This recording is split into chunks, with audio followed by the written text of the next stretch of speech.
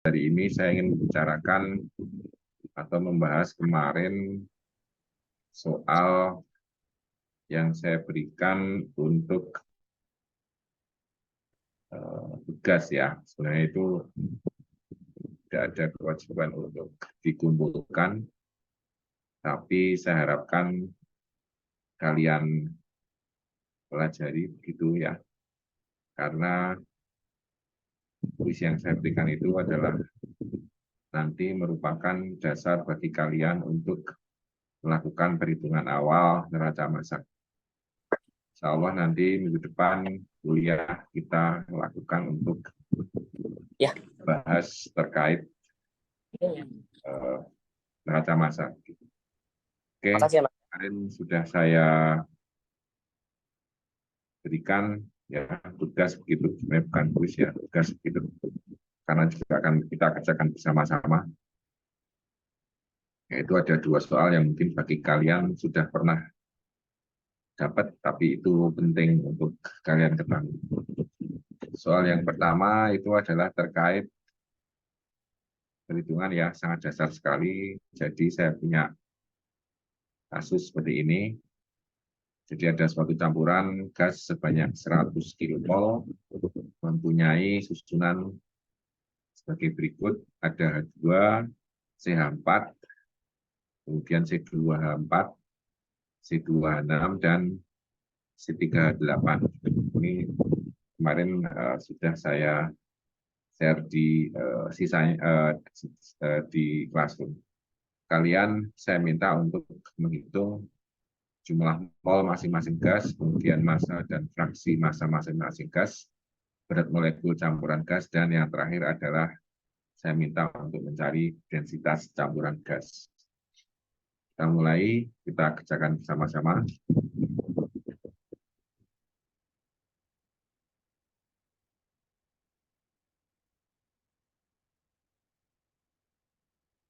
Oke.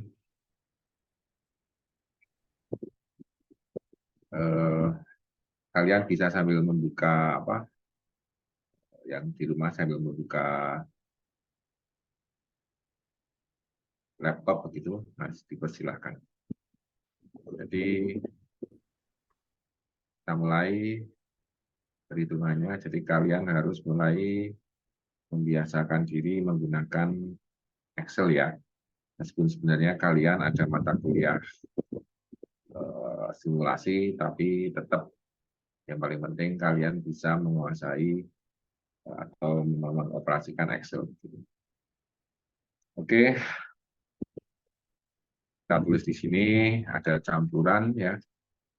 Campurannya adalah sebanyak 100 kilomol gitu. 100 kilomol. Kemudian campurannya ada berapa komponen?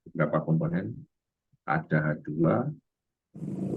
kemudian ada CH4, ada C2H4, kemudian ada C2H6, dan sisanya adalah C3H8. Oke. Ada komponennya, kita tulis komponennya apa. Oke. Kemudian kita tuliskan di sini adalah persen molnya ya. Persen mol, kita tuliskan masing-masing. Ada H2 sebesar 5,5. Kita langsung tulis 0,055. Kita ubah menjadi persen.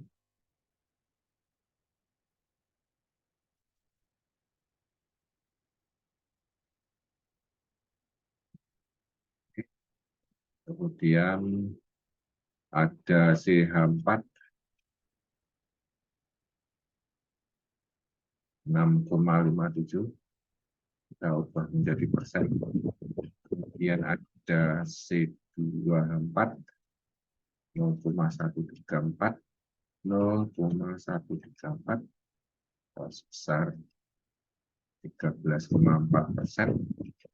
Kemudian ada C2H6 yaitu sebesar 9,8%. Oke, dan sisanya adalah C3H8. Oke, C3H8. Nanti pesannya berapa? 1 dikurangi ini, kurangi 6,57, kurangi 13,4, dikurangi 9,8. Masalah. Oke, sudah. Jadi ini jumlah semuanya harus 100% ya. Harus 100% kita jumlahkan, maka jumlahnya 100%. Oke, kemudian dari soal kita diminta jumlah mol masing-masing. Ini karena ada 100 mol, tinggal dikalikan, berarti 5,5 kali 100. Dan seterusnya. Mudah, ini saya ajari yang mudah-mudah dulu. Oke.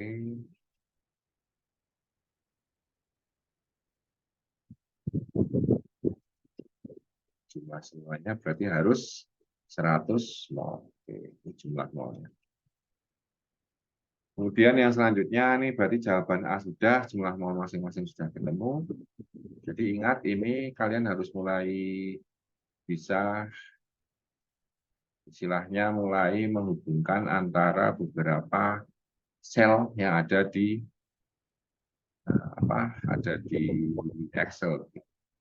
Jadi ini kasusnya adalah tadi menghitung mol, 100 mol begitu. Jadi misalnya kita bagi atau kita ubah menjadi berapapun mol, misalnya kita ubah menjadi 200 begitu, maka otomatis ini juga akan berubah. Ya, oke. Ini kalian harus sudah mulai berlatih karena nanti supaya kalau begitu neraca massa menggunakan Excel, kalian sudah mulai terbiasa untuk membuat seperti ini. Oke, yang kedua jumlah massa. Nah, kalian tahu hubungan antara mol dan massa, yaitu massa sama dengan mol dikalikan apa? Berat molekul ya. Oke, berarti harus dicari atau disediakan data berat molekul. Oke. BM-nya hidrogen 2 ya. CH4, C adalah 12, hanya ada 4 yang masing-masing 1, berarti nilainya 16. C2H4, C-nya 24 tambah 4 berarti 28. C2H6 20 tambah 6 30. Oke, betul. C3H8 44 ya. Iya, Pak, 44. Berarti masanya adalah mol dikali BM. Oke, setuju ya? Silahkan dijumlahkan. Maka jumlah semuanya adalah 766,8 kilogram. Ini adalah jumlah massanya. Oke, ini jumlah massanya. Kemudian, kalau sudah, yang selanjutnya kita menghitung fraksi massa ya. Fraksi massa juga mudah sekali. Fraksi massa.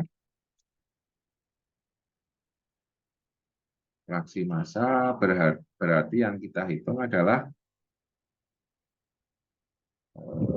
masanya H2, karena yang perlu kita ketahui adalah yang mana fraksi massa itu adalah jumlah massa dibagi dengan massa total. Oke. Jadi fraksi massanya mungkin kalau kita gunakan ini seperti ini, nah, berarti hanya 0,003.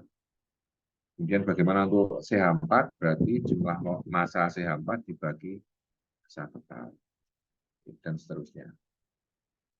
Kemudian untuk C2H4 berarti jumlah massa C2H4 dibagi massa total. jumlah massa C2H6, massa C2H6 dibagi massa total. Kemudian fraksi massa C3H8 berarti jumlah massa C3H8 dibagi dengan jumlah massa total. Maka total kita peroleh fraksi massa totalnya adalah 1.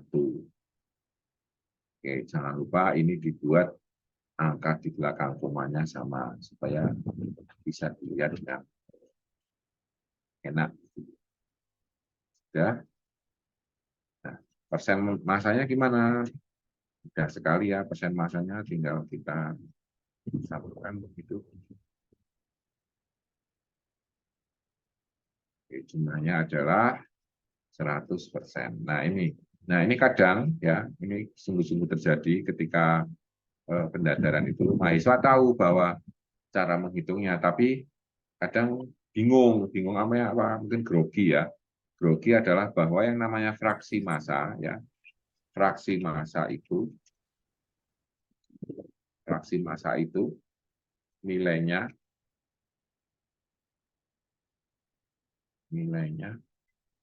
antara 0 sampai dengan 1.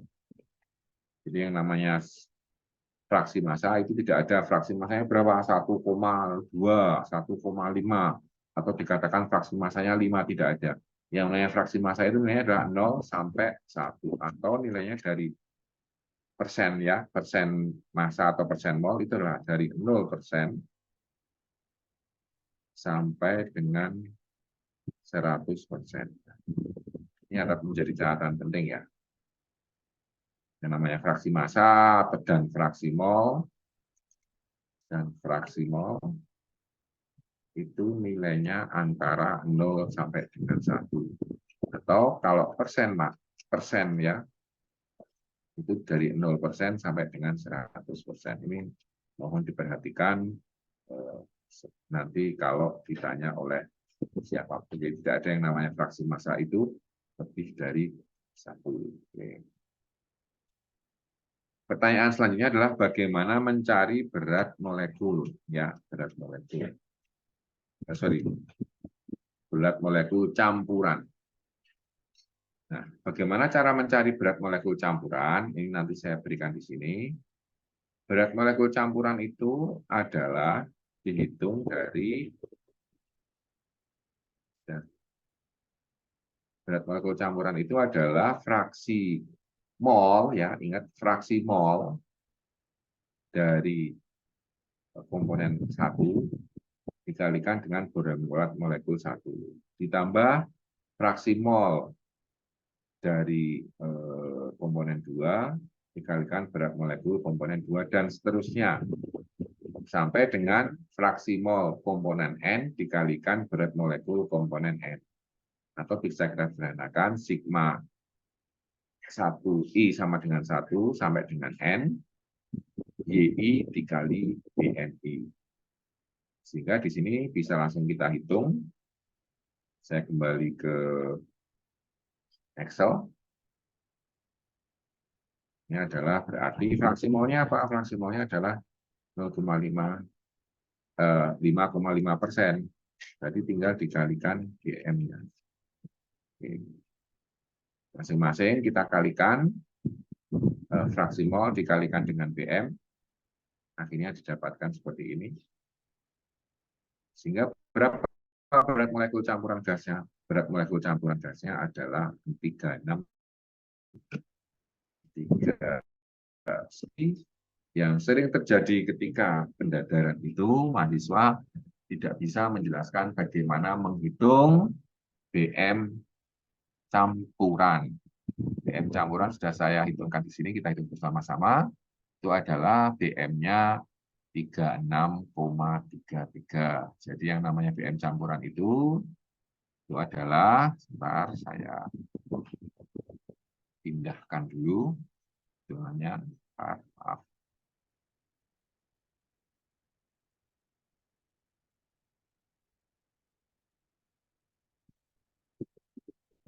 Oke.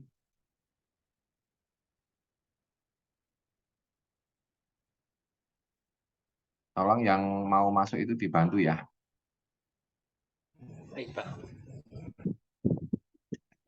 Ini, jadi BM campuran ini adalah ini. Oke, silahkan. BM campuran adalah Y1 dikali BM1, berarti ini adalah fraksi mol H2 dikali BM H2, dan seterusnya. Sama untuk densitas. Oke, densitas. Berarti kita harus mencari densitas terlebih dahulu. Sebagai contoh hidrogen. Coba sambil saya dibantu, densitas hidrogen berapa ya?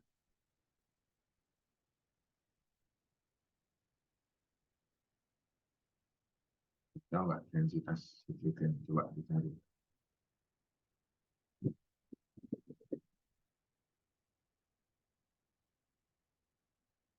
Hidrogen density. Itu sekali ternyata.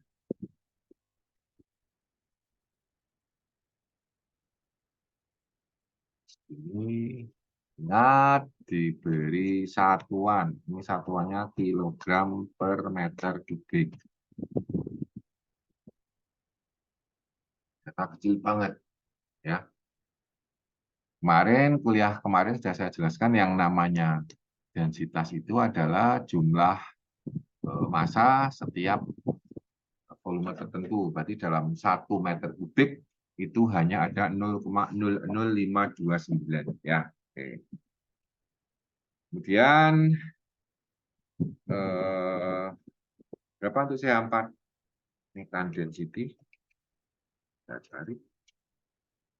Agak besar 0,657. 0,657. Kemudian untuk apa nih berarti? C24 apa namanya? Etilin ya. Etilin itu 1,18.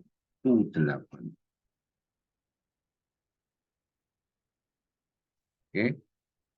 Oke, ini saya bikin terang dulu, ini BM kali semua gitu ya. Nanti kalian nggak. Kemudian C26 itu berarti adalah etan ya, etan. Etan densitas itu adalah 6,857. 6,857. Oke. Kemudian C3H8 berarti propan. Propan itu densitasnya adalah, benar nggak nih, sebentar. Aneh.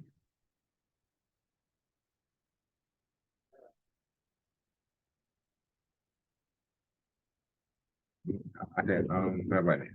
Ada yang tahu? Propan berapa?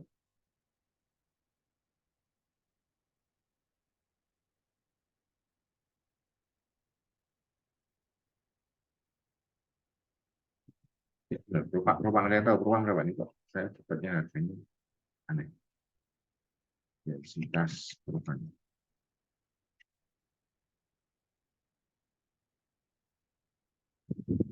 Oke, bantu saya, propan berapa ini?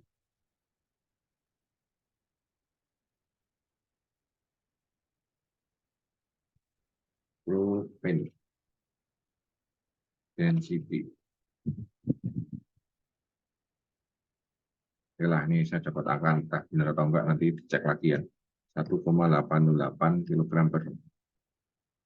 Nah, sehingga untuk mencari densitas campurannya, ini tinggal kalian kalikan antara densitas dikalikan, bukanlah, karena ini adalah satuannya kilogram, maka densitas dikali fraksi massa. Ya, ingat, ini densitas dikalikan fraksi massa. Kenapa dikalikan fraksi massa? Karena satuannya adalah kilogram, ya. Satuannya adalah kilogram, sehingga yang dikalikan adalah fraksi massa. Fraksi massanya berapa? Fraksi massa H2 0,003 dikalikan fraksi massa. Min. Oke. Nah, segini hasilnya. Semuanya dikalikan fraksi massa, hasilnya berapa? Ini hasilnya. Terus kita lakukan sum atau kita jumlahkan semuanya. Maka densitas campurannya adalah 2,1129. Oke, silakan ini dicek lagi ya, terutama ini saya nggak yakin terkait densitas ini. Cuma yang perlu kalian perhatikan adalah sekali lagi yang kita pakai adalah beda dengan berat molekul. Kalau berat molekul kita kalikan dengan fraksi mol. Kalau densitas karena satuannya adalah kilogram per meter kubik, maka yang kita kalikan adalah fraksi massa. Oke, ini sudah. Oke, ingat nanti yang kalau dikumpulkan dalam bentuk tulisan tangan, tapi kalian kalau menghitung nanti silakan dalam bentuk Excel boleh, nanti hitung dalam bentuk Excel, tapi kemudian disalin ulang, kemudian dikumpulkan dalam bentuk tulisan tangan. Oke. Nah, yang ingin saya garis bawahi di sini apa? Yang saya garis bawahi di sini adalah yang warna hijau, ya, kolom warna hijau ini sebenarnya nilainya bisa kita ubah-ubah, ya. Yang warna hijau ini nilainya bisa kita ubah-ubah. Misalnya kita ubah jadi 500. Kalau kita ubah jadi 500, maka semuanya akan berubah. Yang tetap apa? Kalau kalian lihat, yang tetap adalah densitas campuran.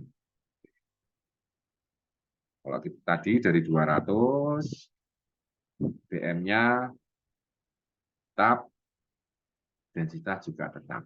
Ya, 200 tadi, kita ganti 500, BM-nya tetap, densitas campuran tetap. Yang berubah apa? Yang berubah adalah komposisi mol, massa, dan fraksi massa. Yang lainnya nilainya tetap. Oke. Oke. Tetap. Oke. Kita lihat. Oke. Cenderung tetap semuanya ya. Kita ganti menjadi 500. Nilainya tidak begitu berubah. Ganti 600. Itu otomatis akan berubah secara otomatis. Oke, nanti tugas kalian dan tidak usah dikumpulkan, ini ngubah-ngubah ini ya. Nanti karena ini akan kalian pergunakan untuk menghitung neraca massa. Sehingga nanti kalau kita ketemu di kelas terkait membuat neraca massa, kalian harus bisa membuatnya. Oke, ada pertanyaan di sini? Kalau enggak, kita langsung ke soal yang kedua. Jelas ya, gampang sekali. Biasa kita mulai yang paling gampang, dan yang kedua. Soal yang kedua terkait apa? Ini, tentukan dew point dan bubble point dari nafta yang terdiri atas C3H8, C4H10, C6H14, C7H16, dan C8H18 pada tekanan 1 atm. Oke. Yang harus kalian ketahui dulu itu apa dew point. Ada yang tahu dew point itu apa? Titik menguap sebuah larutan, Pak. Apa? Pak, Dupo itu larutan buat mengembun, Pak. Jadi campuran larutan itu mengembunnya tuh di temperatur berapa biasanya? Oke, betul sekali. Ini tadi saya baca Jody, bukan? Ya, Pak, Jody, Pak. Oke, Jody. Piye, Jod? Jadi arah-arahan. Tunggu kabar, Pak. Nanti yang awal ya, Pak Arif Fajar sama Pak WR3 ya. Ya, Pak. Semangat ya, pokoknya kalau Pak Arif setuju aja kok. Oke, dew point adalah titik di mana benar jadi ya, suatu campuran akan mulai mengembun. Oke, atau berubah atau terkondensasi atau berubah fase dari uap menjadi air. Oke, gitu ya. Jadi kalau bubble point apa? Larutannya menguap, Pak. Nah, oke. Titik di mana suatu campuran akan mulai menguap, ya, atau berubah fase dari kebalikannya, dari cair menjadi uap. Oke. Pertanyaan Bapak selanjutnya. Ada dew point, bubble point yang kalian kenal dengan baik. Sekarang, kalau boiling point, apa itu boiling point?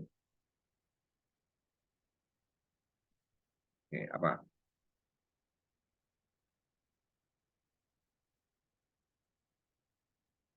Silakan. Mendidih, Pak. Nah, oke, titik di D. Apa bedanya dengan bubble point? Kalau bubble point itu udah mulai masuk berubah fase. Kalau boiling point? Belum, Pak. Oke. Sekarang Bapak tanya, boiling point air berapa? 100. 100. Bubble point air? Di atas 100, Pak. Oke, saya jelaskan ya. Kalau boiling point itulah titik di mana ini nanti kalian beda. Nah, kalau dew point adalah campuran, oke? Kalau bubble point campuran. Boiling point apa kalau boiling point? Suatu komponen murni. Oke, ini yang membedakan ya. Oke. Sekarang coba akan saya tunjukkan.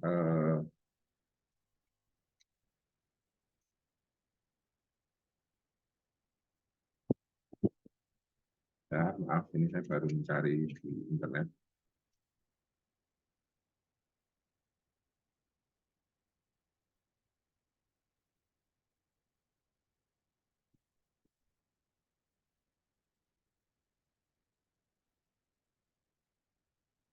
Bentar,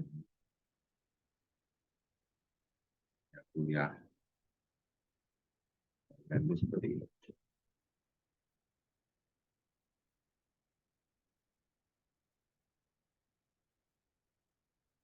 Gambarnya terlihat? Terlihat, Pak. Terlihat? Gambarnya apa yang terlihat?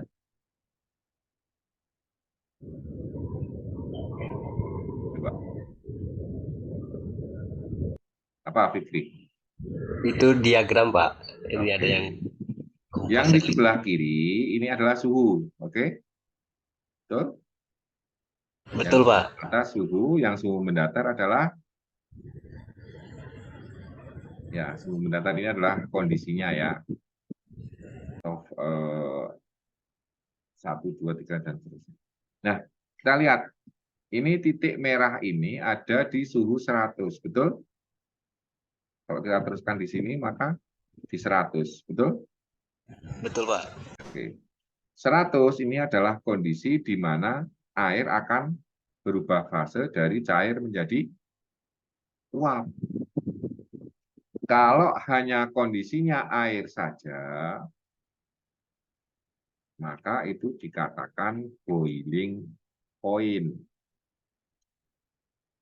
Oke. Kita lihat. Kita lihat ya. Pada titik 1 sampai 3, fasenya kira-kira apa? 1 sampai 3. Cair. Cair, betul. Mulai titik 3 akan berubah fase menjadi Uap. uap, betul. Jadi 1 sampai 2 kemudian 3 itu fasenya cair, dinamakan kompres liquid. Kemudian dari titik 3, 4 sampai 5 ya, titik 3 ini adalah ketika cairan pertama kali menguap, berubah fase dari cair menjadi uap. Ini akan berjalan terus, semua. Kalau ini terus dipanaskan, ini semua cair akan menguap. Dan cairannya akan habis menguap pada titik 5. Habis menguap. Kalau pada titik 4, ini adalah campuran antara gas dan cair, atau uap dan cair di sini. belum semua cair itu akan menguap, dan belum semua uap akan mengembun. Maka di titik 4 ini adalah titik campuran dua fase, yaitu fase cair dan fase uap. Tapi ketika sudah di titik 5, maka yang terjadi adalah semua cairan sudah berubah fase menjadi uap. Artinya tidak ada lagi cairan di dalam sistem. Sehingga kalau terus dipanaskan, apa yang terjadi? Semuanya akan tetap dalam kondisi uap, tetapi suhunya naik. Maka dikatakan superheat vapor. Ya, dicatat ya. Oke. Kalau kurang jelas nanti di kelas tak jelasin lagi. Sedangkan antara titik 3 dan 4 itu namanya saturated mixture, campuran jenuh. Karena di sini antara titik 3 dan 5 ini, titik 3 itu adalah cairan mulai menjadi uap, terus berjalan, campuran terus. Pada titik 5 ini semua cairan sudah habis. Sebaliknya, kalau dari uap diturunkan suhunya sampai di titik 5, embun atau uap yang ada itu mulai mengembun. Jadi mulai titik 5 ini, kalau tadi kan Bapak menceritakan kalau dari kiri ke kanan. Kalau dari kanan ke kiri, maka embunnya, uapnya tuh turun suhunya. Kemudian pada titik 5 ini, kemudian dia akan mulai terbentuk cairan. Terus sampai titik 3, ketika titik 3, semua uap sudah berubah menjadi cair. Di titik 3 dan 5 itu, terutama di antara ini, yang terbentuk adalah campuran uap dan cair. Nanti kalau nggak jelas, kita bahas lagi di kelas ya. Jadi intinya itu adalah itu. Sehingga apa? Sehingga yang membedakan antara bubble point dan boiling point adalah kalau boiling point itu adalah suatu komponen murni, ya.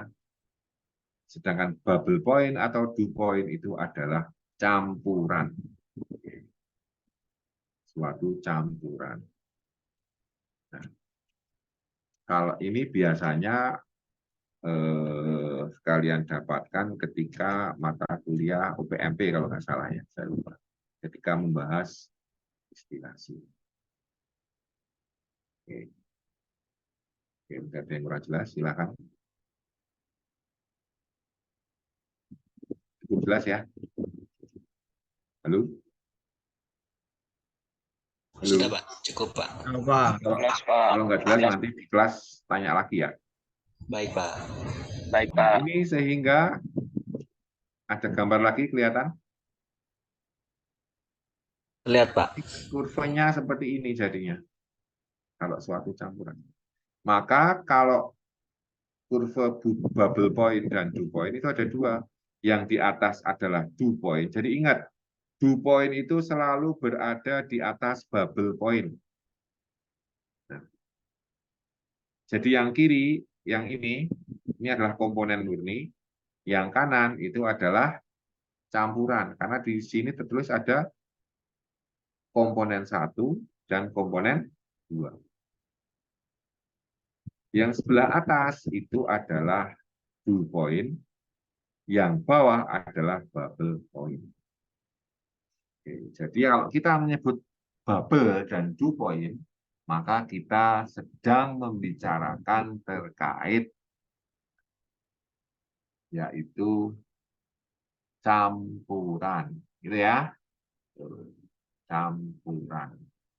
Kalau kita bicara campuran, maka yang kita sebut adalah bubble point dan dew point. Jadi kalau dew point selalu ada di atas bubble point. Jadi nggak ada cerita bubble point itu ada di atas dew point. Nah, kalian di sini saya minta untuk mencari dew point dan bubble point dari naskah. Nah, sebelum kita hitung, saya ingin membicarakan dulu yang namanya persamaan Antoine. Ini sudah kalian kenal yang baik ya, yang warna biru ya. Ini adalah persamaan Antoine. Sudah kenal ya? Kalau yang belum kenal, silakan kenalan. Nah, ini digunakan untuk apa? Di salah satunya persamaan Antoine itu digunakan untuk mencari titik mendidih. Boiling point bisa, bubble point bisa, dew point bisa. Oke? Caranya bagaimana? Caranya kita contohkan dulu, akan saya contohkan langsung. Oke? Saya contohkan untuk air.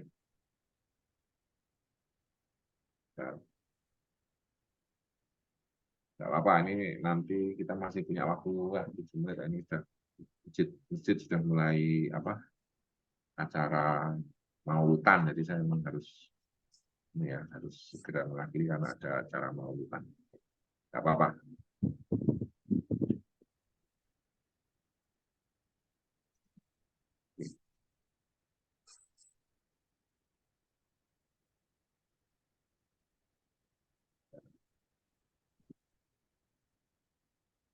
Sudah terlihat?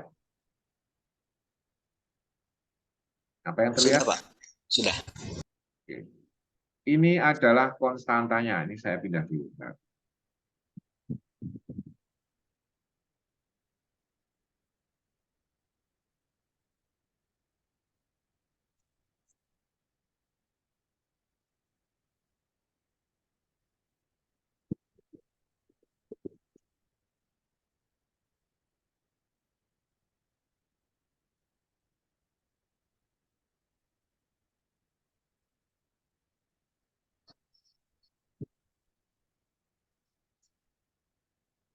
sudah terlihat? Samarantonya sudah terlihat? Sudah, Pak. Jadi ini ya, nanti ada dua bentuk biasanya. Ingat, ada len dan ada log. Betul? Bedakan antara len dan log. Kalau len berarti kita menggunakan eksponen, eksponen. Kalau log berarti 10 pangkat. Ya, itu ya. Oke. Nah, di sini kalian harus cek dulu. ABC-nya itu pakai satuan apa? Ini ternyata kemarin saya lupa menyampaikan di mana di eh, di apa di soalnya. Kalau soal kita itu nanti kita lihat ya, saya lupa. Nanti kita kerjakan bersama-sama. Jadi ini harus kita cek. Pertama konstanta. Jadi konstanta Antoine ini ya diperoleh dari referensi ya. Dari referensi. Nilainya sudah terbentuk. Nah, ini persamaannya coba nanti kalian coba buat ya. Coba buat. Jadi ini log P0 ini ya P10. Ini saya tulis di sini. Ini adalah rumusnya ini ternyata A min B per C plus T. A min B per C plus T. Jadi saya tulis seperti ini. Jadi A-nya di sini B3 dikurangi ya, A-nya dikurangi B, B-nya di sel B4 dibagi C, C-nya di sel B5 ditambah T. T-nya ini dia memakai derajat Celcius. Jadi kalian harus cek persamaan Antoine-nya ini memakai satuan apa. Sebagai contoh, ini kemarin saya lupa mencantumkan. Ini nanti tak kasih soal latihan lagi. Dikerjakan juga, tidak perlu ditentukan. Gitu. Nah, biasanya seperti ini, kelihatan ya. Persamaan Antoine ini, ya, kemudian T di dalam Kelvin, PI0 di dalam milimeter lagi. Biasanya ada keterangan seperti ini. Nah, ini harus kalian cek benar-benar. Karena kalau salah atau kalian tidak memperhatikan, maka hitungannya akan berbeda. Dicek.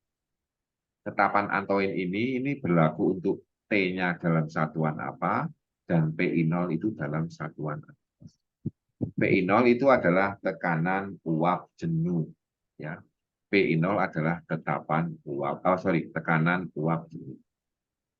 Kembali ke hitungan Excel lagi. Sehingga di sini bisa saya hitung log 10 PI0 atau log 10 dari tekanan uap air, kita kan water ya. Berapa? Saya masukkan nilai 100.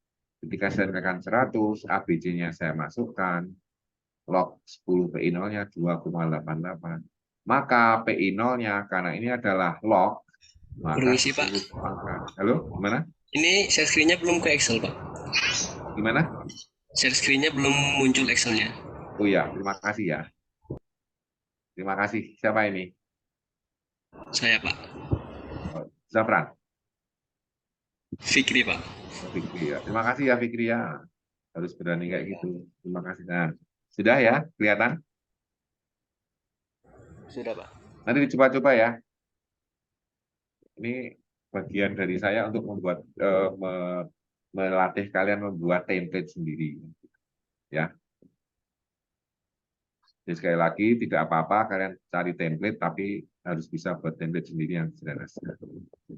Oke, log saya ulangi lagi log 10 PI0-nya ini ya sudah kelihatan ya. Saya aja ya Fikri ya, saya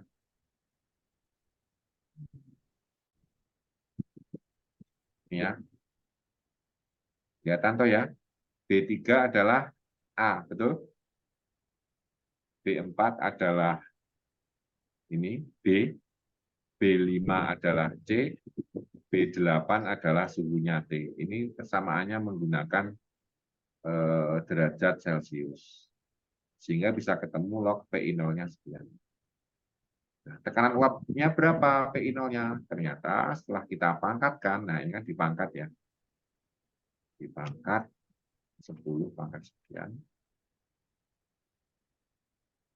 Ternyata adalah hasilnya 36760,09. Itu berapa ternyata? Ternyata adalah 1 ATM. Artinya apa? Artinya persamaan antoin, kalau T-nya kita masukkan suhu didihnya, ternyata harga PI0-nya adalah 1 ATM atau 760 mm². Artinya apa? Artinya persamaan antoin bisa kita gunakan untuk mencari titik didih pada tekanan tertentu, ya. Oke. Sehingga menjawab pertanyaan saya kemarin, kalau kalian diminta untuk membuat air pada suhu 150 tetap dalam kondisi cair, gimana caranya? Ya tinggal dimasukkan persamaan antoinnya, suhunya dimasukkan, maka minimal tekanannya adalah 4,75. Oke, clear? Kalau nggak jelas nanti ditanyakan di kelas ya. Suhu 200 bisa nggak airnya? Bisa air dalam suhu 200 derajat Celcius dalam kondisi cair. Gimana caranya? Dinaikkan tekanannya sampai berapa? Sampai 15,76 atm. 250 derajat Celcius bisa nggak kita membuat air dalam kondisi cair? Bisa. Kita naikkan tekanannya sampai berapa? 250 derajat Celcius, tekanannya 40,79. Jelas? Jelas, Pak. Begitu juga suhu pada tekanan tertentu bisa juga. Ini misalnya kita ubah menjadi berapa? Ya, 1 ATM itu ya ini tinggal dibalik aja ya, tinggal dibalik aja. Jadi misalnya ini 200 mm, 2000 mm Hg. Ya, nanti kalian utak-utak ya. Sambil begadang sampai subuh, nanti utak. Kalau berapa? 10 ATM. Itu berapa suhu didihnya? 179. Ya, bisa. Gitu ya. Nah, ini saya beri contoh untuk etanol. Etanol suhu didih berapa? 78. Nah, kalian juga sudah mahir ya menggunakan toolsheet ya. Caranya kan gampang ya. Untuk mencari, berarti ini bagaimana cara mencari suhu didihnya, ya tinggal kamu ini, data, toolsheet, set cell ini S12, satu yang diubah-ubah adalah suhunya diubah-ubah. Nah, ternyata kamu cek suhu didih dari etanol itu adalah 78. Nah, ini silakan nanti dicoba-coba untuk komponen lainnya. Nah, tugasnya nanti silakan yang sudah mendapatkan judul TA mencari persamaan atoi, dicoba-coba suhu didihnya berapa pada suhu itu. Amonia bagaimana? Ini sudah saya hitung nilai ABC-nya, ternyata amonia suhu didihnya adalah min 32,96 derajat Celcius. Sehingga kalau misalnya kalian menyimpan amonia pada suhu ruangan 30 derajat Celcius, 35 gitu, maka tekanannya berapa? Minimal tekanannya adalah 8,95 atm. Kalau disimpan pada tekanan di atas 8,9 atm, maka bisa dipastikan amonia dalam kondisi cair. Kalau ada pertanyaan nanti di kelas saja ya. Sudah malam. Saya, Halo? saya ya. Halo? Sarang hiu? Siapa ini tadi? Nanti tanya di kelas saja ya. Ini nah, bagaimana untuk mencari titik didih bubble point sama dew point? Nah, tinggal ini aja. Tinggal ini aja. Nanti kalian sudah punya ini. Saya kasih tahu cara menghitungnya. Bentar.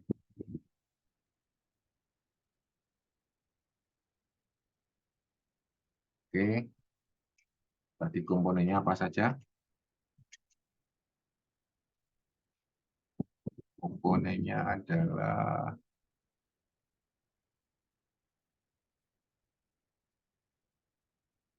ini aja, Pak, pindah.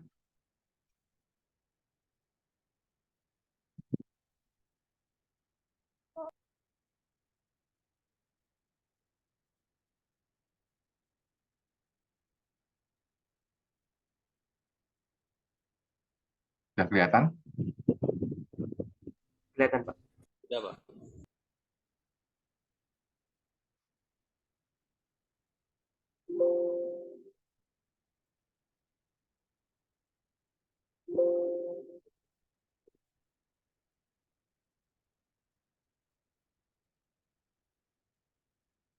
Saya pindah dulu menjadi apa?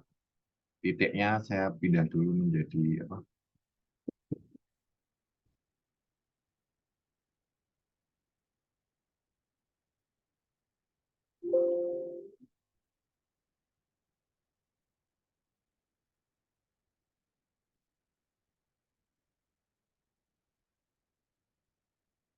Oke, sudah saya ubah.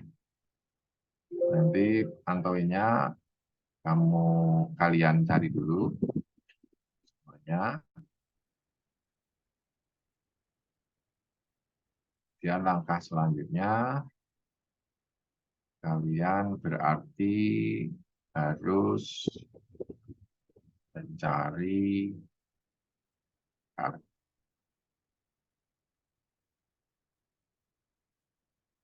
sama nontoin ya. Oke. Ini. Oke, seperti ini. Dicari nanti saya ralat soalnya sedikit nanti malam atau besok untuk memberi keterangan kalian pakai apa, nanti kemudian dihitung. Nah, ini kemarin sudah saya hitung kemarin.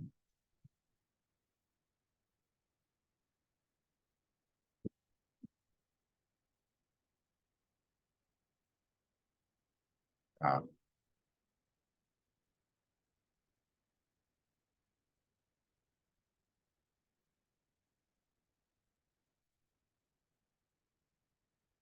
bentar ya, mohon maaf.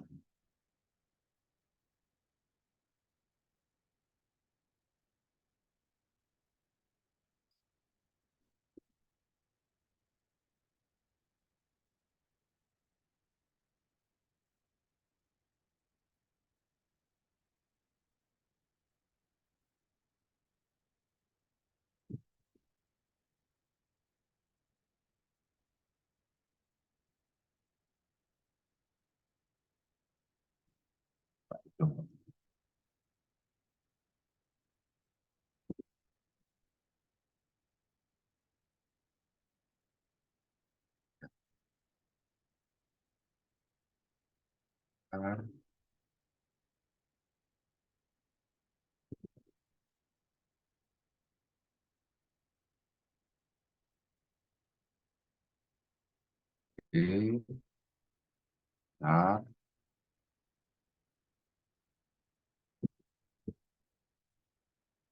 sudah kelihatan? Sudah, Pak. Oke.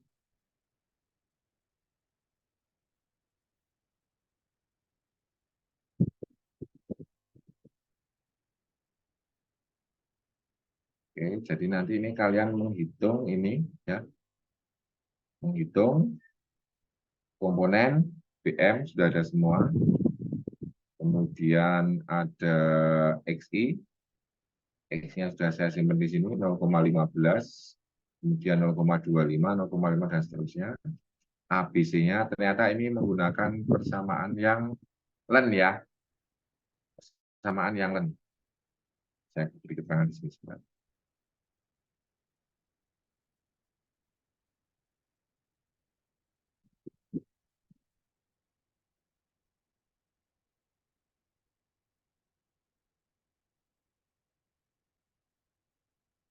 Nah,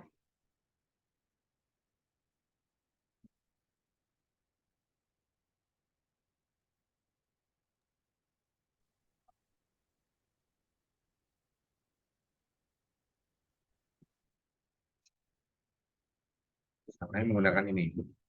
Len PI0, len PI0 sama dengan A min B per C plus T. Kemudian suhunya menggunakan Kelvin ya. Berarti PI0 menggunakan ini, kemudian T-nya di dalam Kelvin, PI0-nya adalah milimeter dagi. Milimeter dagi. Kalian hitung PI0-nya, kemudian setelah kalian menghitung PI0-nya, menghitung KI. KI itu apa? KI itu adalah, ini bentar, PI0 dibagi P. Nah, saya cantumkan di sini.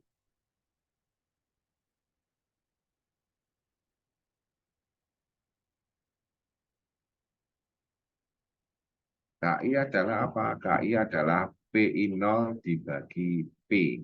P-nya apa? P-nya adalah tekanan total. Tekanan total siapa? Tekanan total dari sistem. Ini yang warna kuning, KI itu adalah PI0 dibagi P. PI0 dihitung dari mana? Dari persamaan Antoin. KI dari mana? KI itu adalah PI dibagi P. P-nya dari mana? P total. Jadi PI0 dibagi P total kita dapat KI. Masing-masing dihitung, ya, masing-masing dihitung, kemudian dijumlahkan. Ini harus sama dengan 1. Caranya bagaimana? Kalian sudah mahir menggunakan Gulsig ya. Menggunakan Gulsig. Nah, tadi mana ya? Hilang. Nah, di data ya, di data, what if analysis, Gulsig. Kemudian ini sama dengan 1, yang diubah adalah suhu. Set. Bentar. Ini what if analysis, Gulsig. Sama dengan 1, yang diubah adalah suhu. Nah, suhunya adalah 92,9. Nah, bagaimana dengan bubble point-nya? Bubble point-nya caranya sama, yang membedakan adalah kalau tadi dew point adalah YI per KI, ini ya, dew point, yang atas adalah dew point.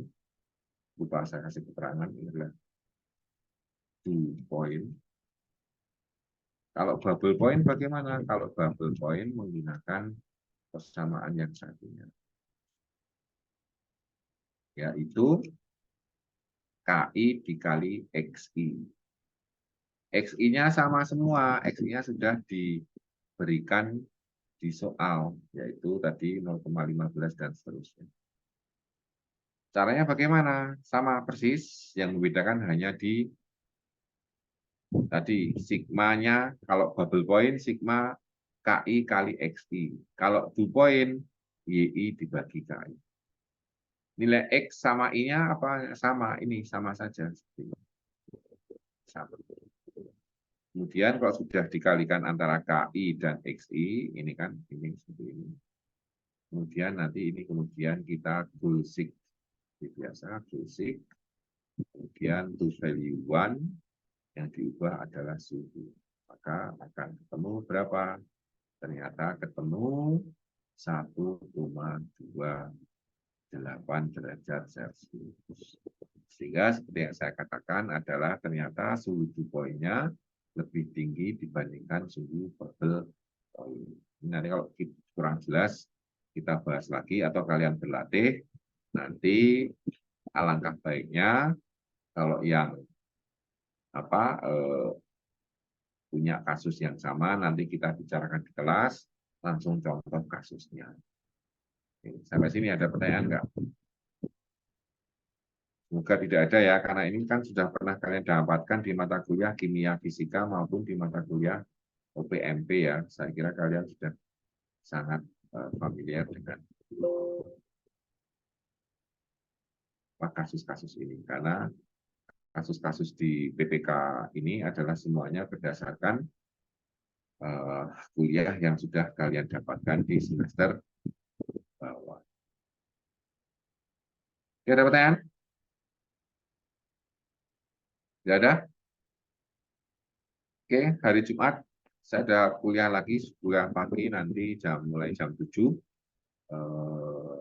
Nanti seperti biasa, kuliah offline biasa, nanti kita bicarakan tentang stoikiometri reaksi ya. Kita bicarakan tentang stoikiometri reaksi terkait dengan bagaimana kita menyusun suatu stoikiometri dari suatu reaksi kimia. Kalau yang kelas C, yang kelas C itu yang hari Senin pagi sama Selasa siang ya. Mau datang juga boleh. Kalau berhalangan juga nggak apa-apa. Nanti kita bahas di hari Senin pagi. Oke, saya kira itu. Nanti kalau ada pertanyaan bisa disampaikan di kelas di hari Jumat maupun Senin. Mari kita tutup bersama-sama kuliah pada malam hari ini dengan membaca bacaan hamdalah. Alhamdulillahirobbilalamin. Dan tetap semangat. Oke, terima kasih ya. Assalamualaikum. Waalaikumsalam. Terima kasih.